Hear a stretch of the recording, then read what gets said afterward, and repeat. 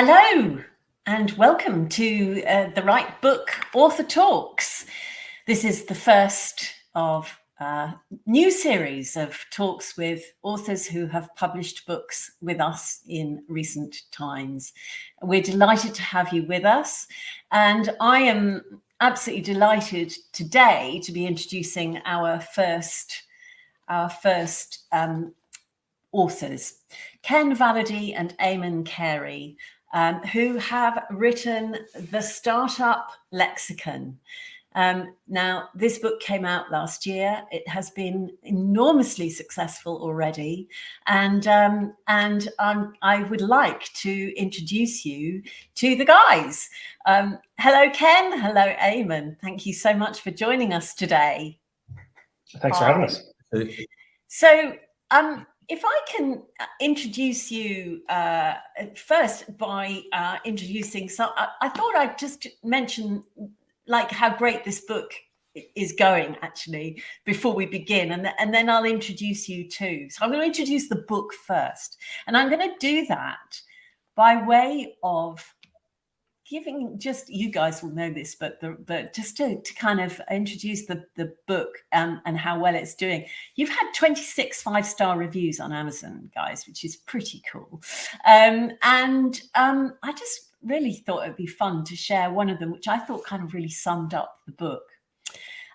This verified purchase reviewer said, "We've all been there in that meeting where someone has asked, 'So what's your runway?' And you've no idea what that means. For those operating outside the startup world, the everyday language can be incredibly confusing. The Startup Lexicon is a fantastic resource to help you better understand what some of the obscure language means. The fact it has input from those connected to the startup community really helps bring some of the words to life with real life situations. It's a great gift for anyone dipping their toes into the startup world. Highly recommended." I think that's a great review and a great way to perhaps kick off our chat with you today. So Ken, ex-brand director at AB and Bev, I should say. Now partner and co-founder at Progressive, connecting large corporations to cutting-edge startups. And Eamonn, founder of multiple companies, investor in over 100 companies across the globe. And you both have written this book on the back of this extraordinary, amazing experience that you've had, and very firmly embedded now in the startup world and the world of investing, and connecting lovely people with the people that they need on their journey. So why the Startup Lexicon? What was it, and why you two? And I'd love to just hear a little bit about, what happened there. Why did you decide that a book was something you guys wanted to do? I'll give Ken credit for the idea, so I'll let him answer this one. Well, it was the recommendation you worded there, Sue, was I went through that myself about 6 or 7 years ago when I first started working with startups. I kind of winged it a bit at the start. I didn't want to admit that I didn't know what people were talking about. I just looked the words up afterwards. But the more meetings I went to, the more these different phrases were coming up, and I thought one day I'm going to get caught out, which wouldn't be good. So I started writing down some words, and someone said to me, a friend of mine said to me that about startups that they use a lot of jargon, and it just made me think at that time, a bit of serendipity, that there's no kind of central source to go to for all of these words and phrases that I was hearing. And then to be completely frank, it was parked for 2 years. I got on and things moved on. And then my wife said to me about 2 years ago, "Whatever happened to that book idea 18 months ago?" And I thought, you know what, I've completely forgotten. And I pulled the files up again and realized, one, I still had an interest to do the book, but I didn't know enough about the words or definitions. And what I thought was a list of words was nowhere near the entirety of what I thought was out there. And I also knew that I needed someone who's got the experience as well, got a great network, someone I can work with, and also someone who can help me both of us get through this process of writing a book. So I thought of Eamonn, and it literally was the first day the first day during lockdown when you could sit outside a pub, April 21 sometime. I emailed Eamonn. I said, I've got an idea. Do you want to meet for a coffee in Angel? We met for a coffee. I said to Eamonn, I've got this rough idea of a book. Do you fancy joining me? And Eamonn said yes straight away. And the next thing you know, we were starting to pull together doc sheets, and then we worked with you guys. And then the book came out last June. So the kernel of the idea maybe happened to me. I came across it, but I never would have got anywhere on my own. So it was my idea, but I wouldn't better deliver on it myself. So it was it was really a collaborative journey right from the start, wasn't it, Ken? Yeah. And one that, of course, suited you two because you are both great connectors and collaborators, and that's what you're all about in a way, I suppose. So how was the process of writing the book? How did you find it? Eamonn, perhaps you could tell us about your experience of that. Yeah, I think there was a combination of serendipitous timing at a time that couldn't have been worse for everyone. So we were still in and out of lockdown when we started writing the book. There was still a lot of uncertainty. My wife and I had just had our first baby, so there was a lot of being awake at 3 o'clock in the morning with time on my hands and only so many reruns of the Olympics I could watch.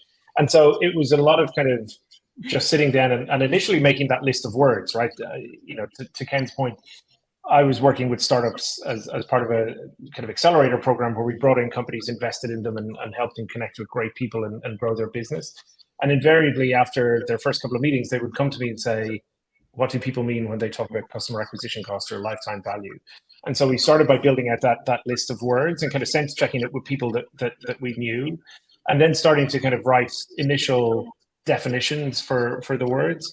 And then kind of, I think what really brings the book to life is we brought in kind of connections of ours and friends of ours to write stories. So just writing a dictionary would be reading a dictionary would be quite boring. Writing one would be equally as challenging. And so the idea that we could have great contributors come in and talk about blockchain and Bitcoin or convertible notes or any of these things where they illustrate it not just with kind of facts and bullet points, but actually they tell stories about how that went for them. So we kind of aggregated all of that content together. And I think having each other as kind of accountability buddies, kind of going, hey, I've done these words, and being able to almost kind of assign certain words or claim certain words was key. And obviously then we started working with you and working with Beverly, who is Bev, who is the editor. And, there it was really interesting, right? Because I wrote as a journalist years ago for magazines, but I'd never obviously written with anyone else before. When you write with someone else, well, we have very different tones of voice and very different ways of explaining things and different levels of familiarity with certain phrases. And so working with Bev was amazing because she was able to kind of come in and go, are you sure you want to do it like this? Or stylistically, you sound kind of poles apart. So going through that kind of editing process was actually really educational, certainly for me, I think for both of us.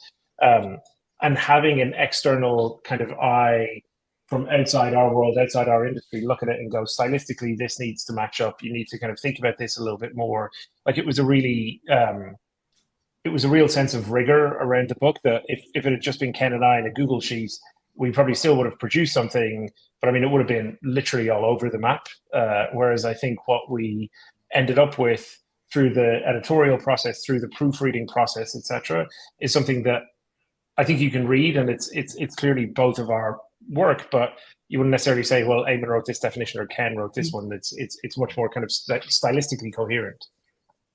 Yeah, I think that's very true, and I think you did a great job. And I think that those friends of yours who came in, the connections that you had to kind of bring those words to life through their stories was really powerful as well.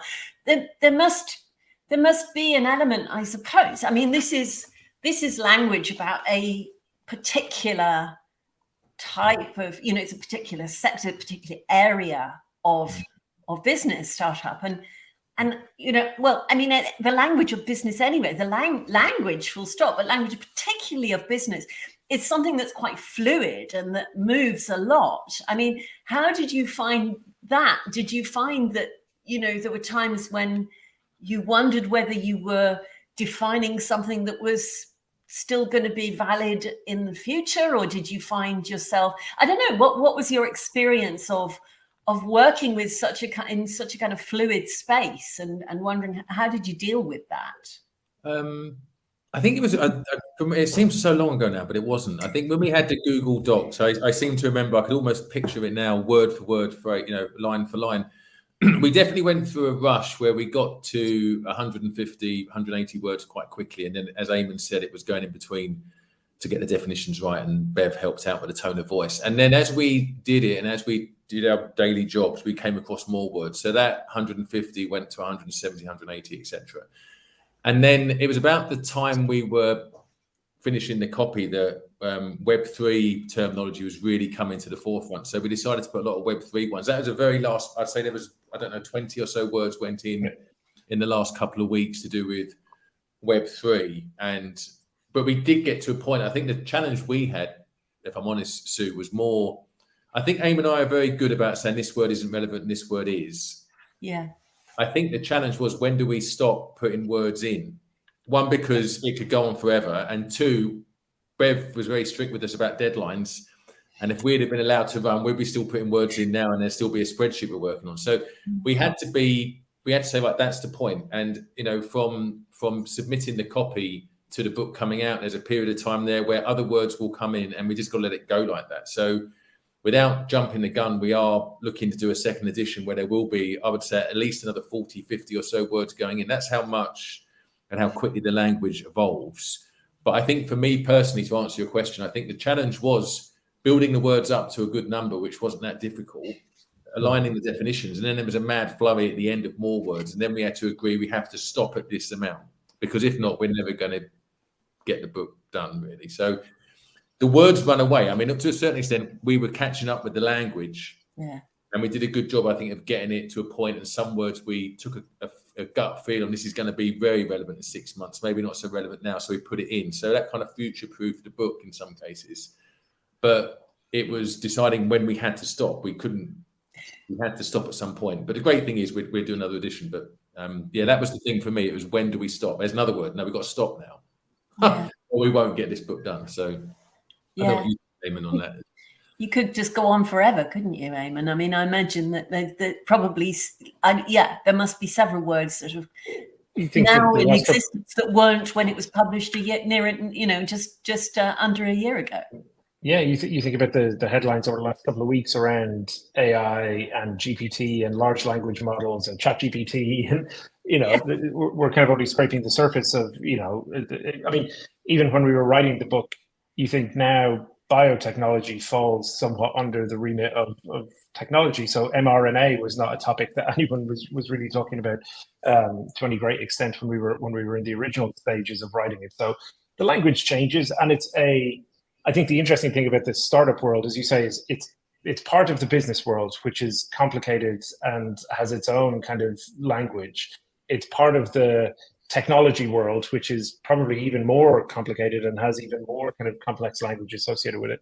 And then it has kind of intersections with the cultural world, the legal world, etc. And these are all places where, people love an acronym, or, why use one word when 75 stuck together in some bizarre portmanteau will do. So I don't doubt that even when we come to do the second edition, we will have the same argument in 6 months' time, where we go, hang on, there's going to be, GPT-6 is coming out, and what do we put in around some new form of technology that doesn't even exist today, or some new phrase that hasn't been coined in Wire today. So I think that's the exciting thing about the industry and about the book as well, is that it will naturally always evolve over time. Fantastic. So I suppose I'm wondering, what you might do going forward. I mean, obviously, as the language changes, and you've already mentioned, perhaps there'll be a second edition or something, is there any other kind of book ideas that you might want to explore, either of you, do you think? I'm not at the moment. I'm quite. I think a second edition would be forefront of mind for myself. I haven't got. The only thing I would say is that the word lexicon does kind of throw up other options. So you could easily do, not that I would, but you could see a wine lexicon, or even a generative AI lexicon. I mean, there's a Web3 lexicon. I mean, you could go into any insurance lexicon, business lexicon. I mean, I think there's ways people could build off the lexicon. I don't think it'd be necessarily our area, but I think it's definitely opened my eyes to how language evolves. Whether we would go off in another way, I don't. Yeah. I don't know. Unless Eamonn, you've got other ideas, but I think our main thing is keeping up with the Startup Lexicon and making sure, hopefully, we can keep up to date with another edition. But I will very happily do the wine lexicon, right? The wine lexicon, yeah. Got it here in the background. I know something to do that.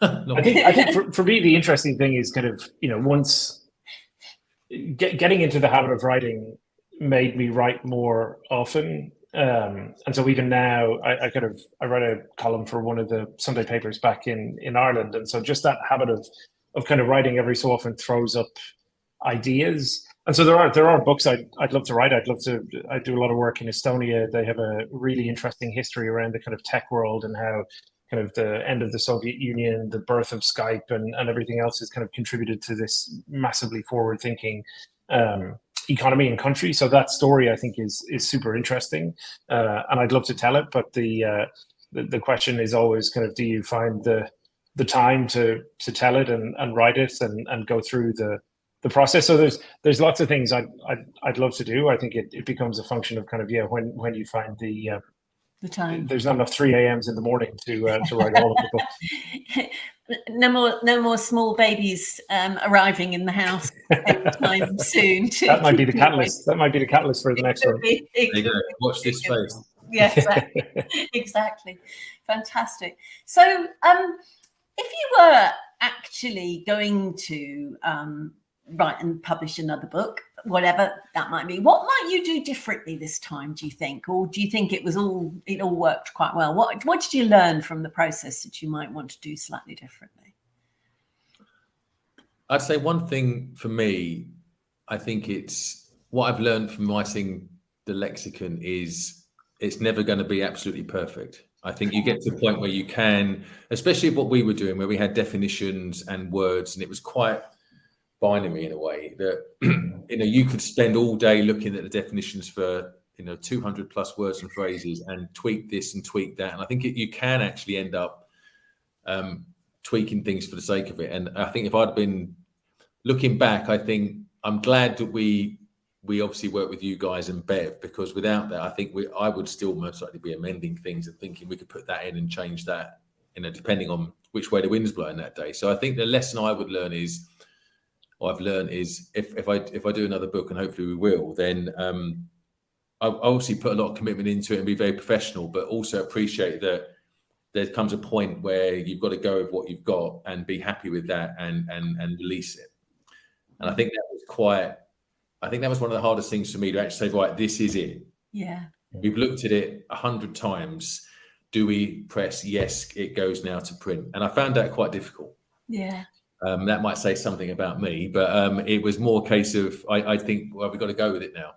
But once like most things, once you press that button or you said yes, then you get over that. I got over that quite quickly. But my lesson would be to not get hung up on being perfect, because we had enough people helping us and everything that we just trust the system. Yeah. Thanks. I think for me, I would kind of start with the end in mind, right? So I think when Ken initially came to me and said, "Hey, this is the idea," I thought I've always wanted to write a book, and so that was kind of one of the big catalysts for me, was going, "Hey, now I will finally probably do it," just because there's someone else who's kind of holding me accountable. But I think now we found, actually probably post, like maybe just around the time that we'd kind of finalized the manuscript, my assumption was that it would be early stage startups and accelerator programs and different people who would want the book the most, but actually it turned out to be universities who kind of MBA program students, etc., who get the most benefit from it. And it's funny because one of the things that we always tell startups after we invest in them to do is like do lots of customer discovery, talk to lots of people, figure out like who wants this, and then build it with them in mind. So that's what I would do if you're writing a book because you want to get on the speaking circuit, if you're writing a book because you want to get in the consulting circuit, etc. I think about where you want to end up, talk to a bunch of people to make sure that what you're actually kind of producing is relevant, and then kind of execute against that. I think we were fortunate because both of us work in this industry and have lived and breathed it for the last 10, 20 years.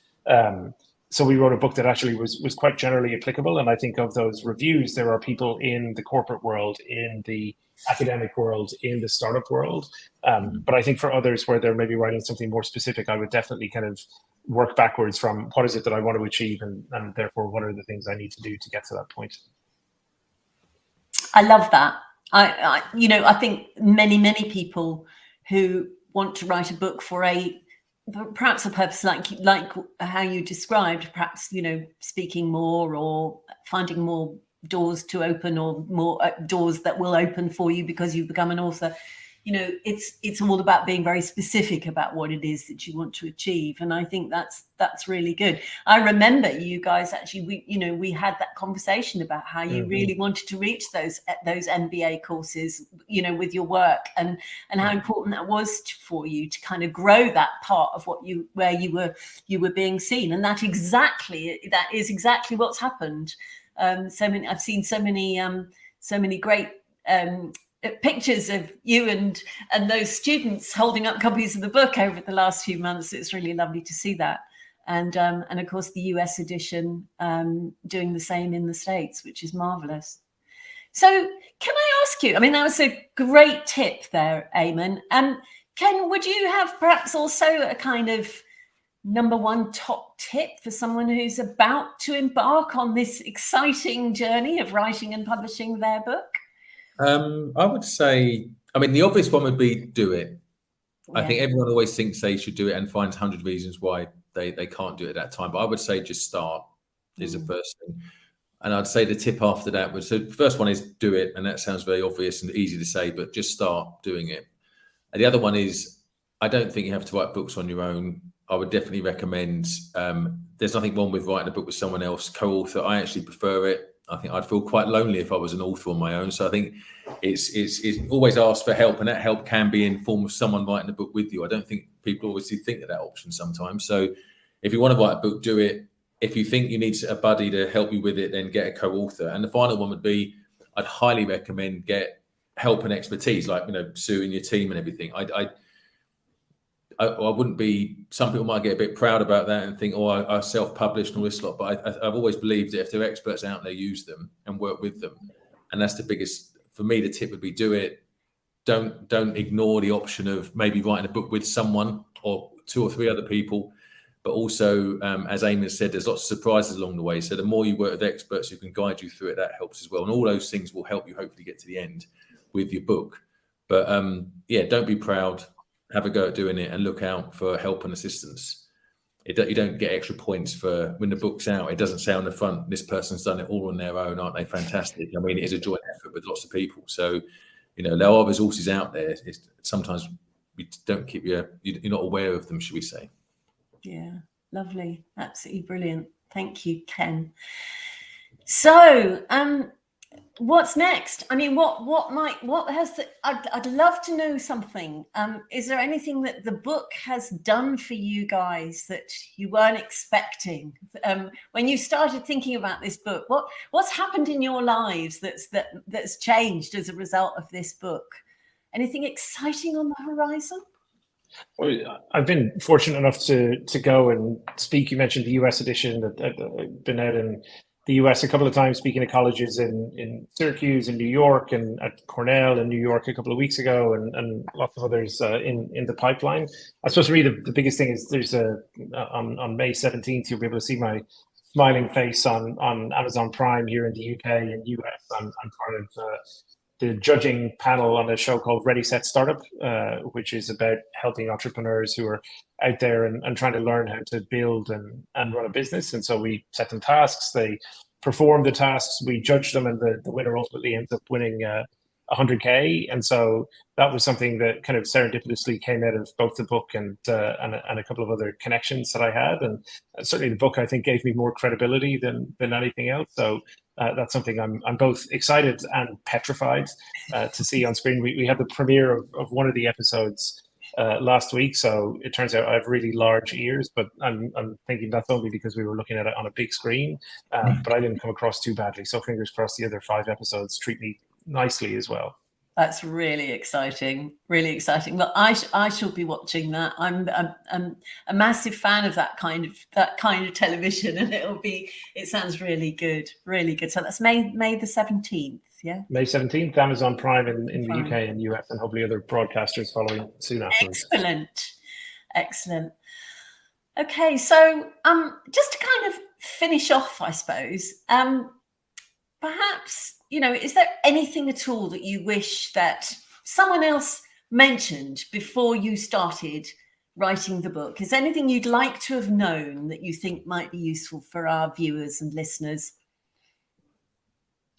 I think for me, it would be, I know a few people, not many, but I know a few people who've written books, and they all say that it's hard work. Yes. So I never went into it thinking it was going to be a walk in the park, but I never realized you're going to hit, it's a bit like running a marathon. I think you get to say 20 miles in and you might hit a brick wall. And if someone would have told me, yes, you're going to hit a moment somewhere in the process where it really is quite full on, be it the day job and you've got to write the book and we've got a meeting with Bev and we're behind in our words and everything.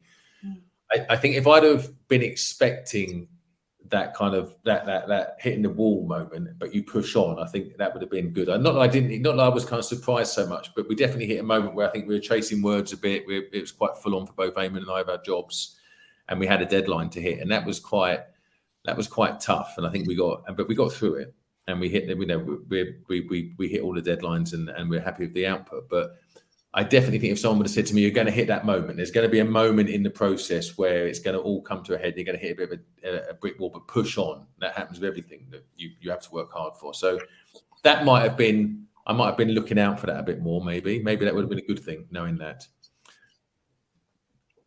Great. Fantastic. Well, thank you so much, both of you. I hope you continue on your magnificent journey with this really fabulous little book. There is one other thing that I think we should mention, don't you? There is something else really good that's happened, and the 3 of us will be having dinner together at the Business Book Awards ceremony, because it was shortlisted so it's a finalist at the Business Book Awards this year, which we're hugely proud of. Absolutely. And but whatever happens, whether it's the final winner of the category or not, you are already winners, guys, not just in my eyes, but this fabulous little book is a real superstar, doing really well, and lots of lovely people really enjoying it, and clearly opening all sorts of doors for you, which is exactly what we want. And it's great if you find yourself wondering what people are talking about, whether it's runways or Web3 language or whatever. Grab a hold of it, because it will answer those questions and tell you some great stories along the way from some great people. So, guys, thank you so much. It's been really a great pleasure. And we will wrap up there. Thanks. Bye, everyone.